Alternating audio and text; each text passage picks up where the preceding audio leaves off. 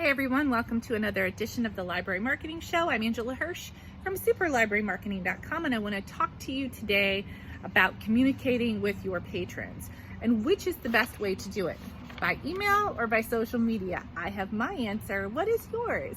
Let me know what your experience has been with email versus social media communications. Drop me a comment below the video. My answer to this question is it's better to communicate with your patrons by email, and you can send as many emails as you want as long as the content is great. I have always said this happens now during a pandemic and when protests are going on, and it relates after this when libraries return to normal, whatever that ends up being like. You can send as many emails as you want to your cardholders as long as the content is good. How do we make sure that that happens? Particularly when we have a lot of things we want to communicate. First, we want to make sure that we put in a few key points, not everything, because if you have a lot of information to communicate and you put it all in an email, you're going to overwhelm people. So you put in a few key points and then you drive people to a library website landing page where they can get more information. And I know that there are some libraries out there that don't have a whole lot of control over their websites. You can also just create a flyer and link to a flyer with more information. You can kind of create workarounds for a variety of things, but your email itself should have a few key points of information. And if you have a lot more things you need to communicate, send people to a landing page or a flyer or whatever where they can get more information. Make sure your email has large fonts. I like it to be 16 to 18 points for the text and 20 to 22 points for headers, and that you write in short sentences. And it's not that we're dumbing down our emails, it's that we're trying to do this thing that I feel like sometimes we forget about in libraries as a whole, and honestly really in industry as a whole, and that is the readers of the email come first. Everything we do should be in service of making this experience as easy as it can be for our patrons. And I know that might mean you have to create more emails, and that might mean more work for you, but it's a better experience for your patrons and for the readers of your email.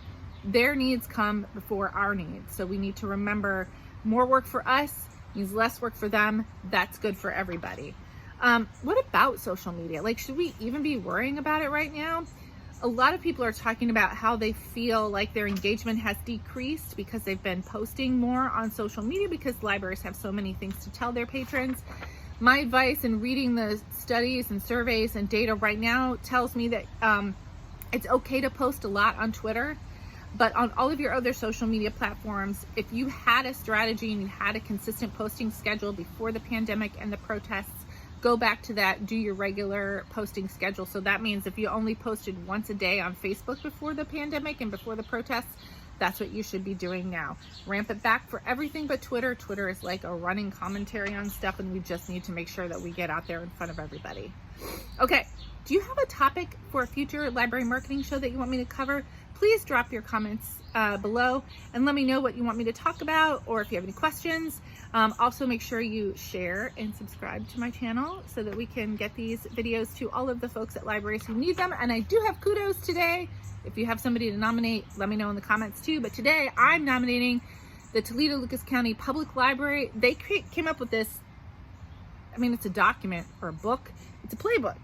Their Safe Work Playbook. And it is an industry leader, I'm just going to say it, in terms of creating communication for staff and for the public about what they're doing to get services back, again, using normal air quotes, getting as much service as they can to their community. It's easy to read, it lays out everything, it's beautifully designed. I'm going to put a link in the description to this video.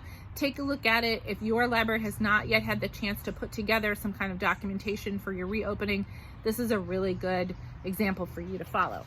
Okay, that's it for this edition. Thanks for watching. Like, share, and subscribe to this video, and I'll see you next week.